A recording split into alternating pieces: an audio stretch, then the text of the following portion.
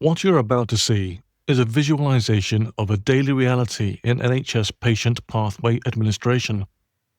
I built this tool after conversations with healthcare administrators who manage dozens of patient journeys simultaneously. Each counter represents a real person waiting for surgery. Each snake represents a bureaucratic setback. And this is what complexity actually looks like. I've modeled this as snakes and ladders, but the snakes aren't random. They're positioned where patients are closest to surgery, based on real scenarios. System crashes, consultant unavailability, missing equipment, bed capacity crises. The ladders represent fast-track pathways for urgent cases. Notice how few there are compared to snakes. That ratio is deliberate. We're watching 4 patients today. In reality, pathway coordinators manage far more. Each patient's progress is partly skill, partly chance, just like the real system. Watch patient Patel here. A few squares forward, days accumulate, anxiety builds. Now watch what happens when they land on square 16. There it is. In this particular case, a data system of some sort has crashed, and until it and the data can be restored, no surgery can go ahead. Data crashes in reality are not that common, but this is only one of several hypothetical examples we'll see during this game. This model shows what spreadsheets don't capture: NHS cost, the administrative time, wasted consultant hours, unused operating room. The patient impact: 3 additional days in pain. Anxiety spikes by 15%.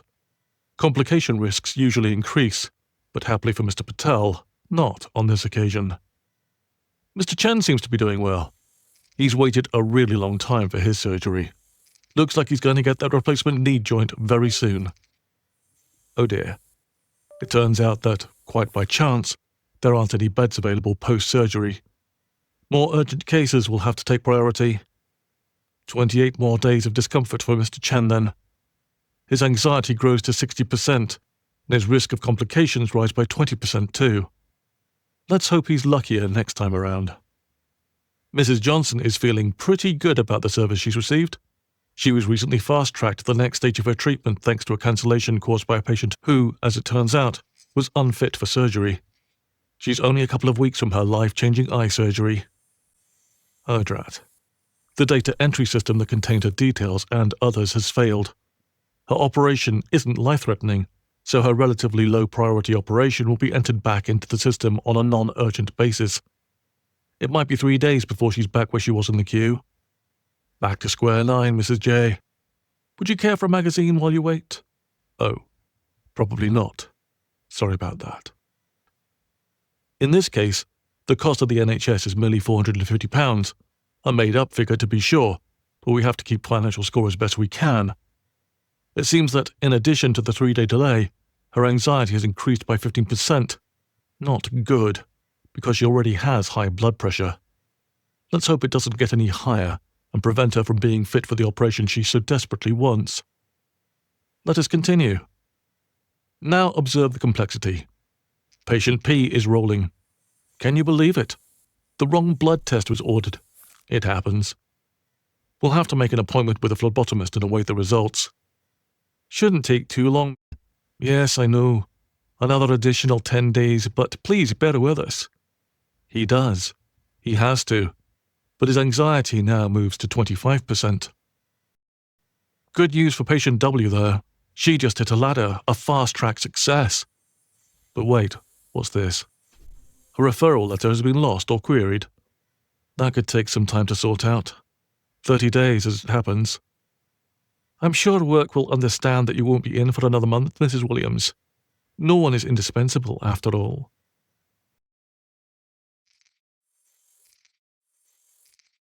At last, everything seems to be running smoothly again.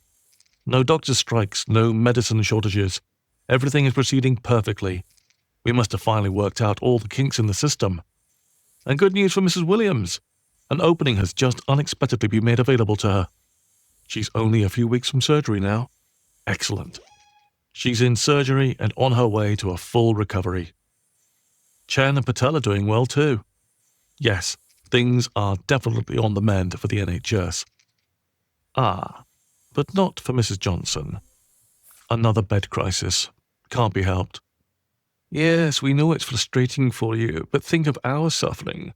The cost of administrating your care is costing us thousands of pounds, and every time we have a little setback like this, it costs us even more. On this occasion, £900 more. And the poor consultant and the cost of hiring the OR, a cost of £10,000.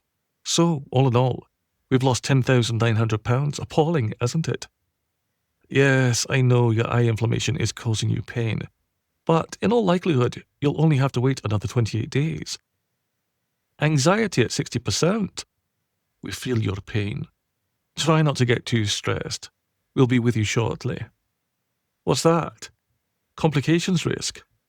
Well, possibly 20%, but nothing we can't handle. It might slightly stretch your recovery period, but probably won't mean you lose your eye. Probably. Ah, success. Mr. Patel has made it through the gauntlet and is now having that much-needed surgery. The system works. Excellent. Oh, but Mrs. Johnson doesn't share this view. The surgical kit isn't available on the day her surgery's been booked. Well, kits of that sort are in short supply.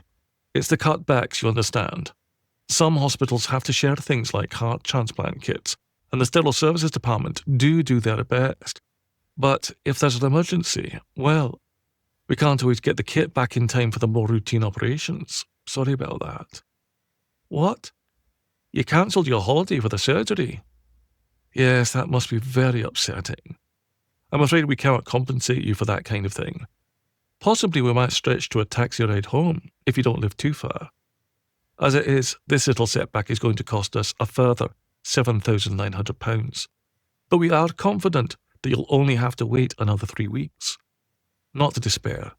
If everything goes well this time, this could be a memory in a month or two.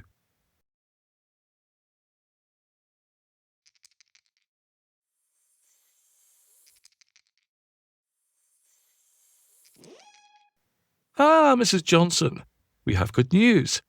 It turns out another patient has had to be put back in the process because their BMI didn't meet our standards of fitness for their operation. So we've bumped you up the list. You're welcome. And Mr. Chen, welcome to your surgery. We hope you didn't have to wait too long. Only 49 additional days, you say? Well, better late than never, eh? Your blood pressure is a little on the high side. Are we sure you're fit for this surgery?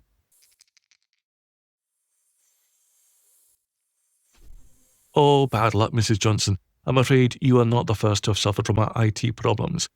We are sure we'll have this sorted out for you shortly. Try not to worry. It doesn't do to worry, you know.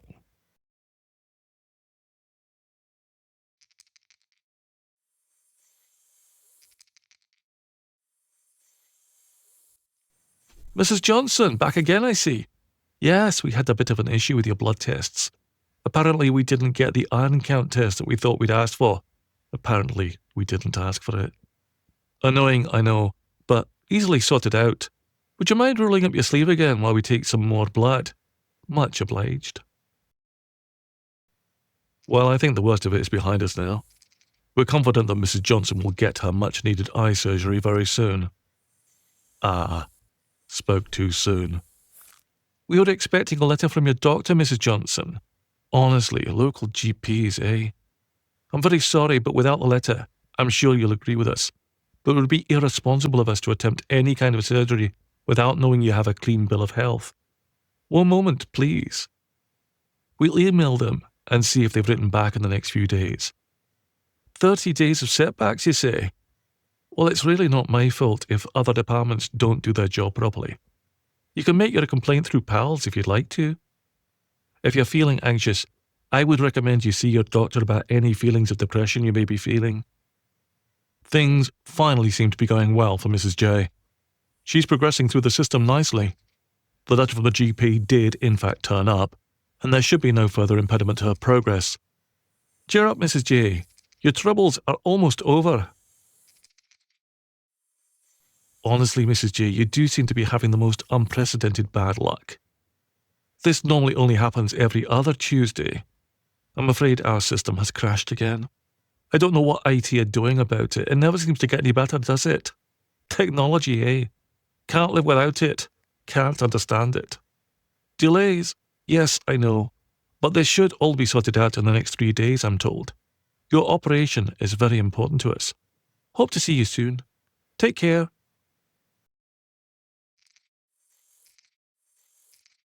Hello, Mrs. Johnson. We have good news for you.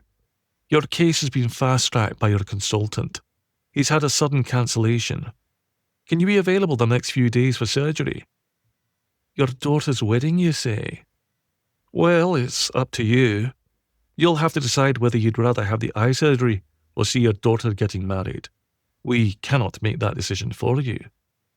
Yes, we're quite confident you'll get through this time. Okay. We'll wait to hear from you. But I will need to commit the decision from you very soon, or you may lose the place. Okay. Bye-bye. This is the reality. Pathway coordinators aren't playing one game. They're playing dozens simultaneously, each with its own snakes, each requiring real-time adaptation, while new management introduces new documentation requirements. The metrics. Watch the metrics. NHS cost wasted, climbing.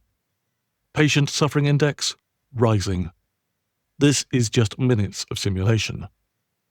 The event log captures every setback, every slide.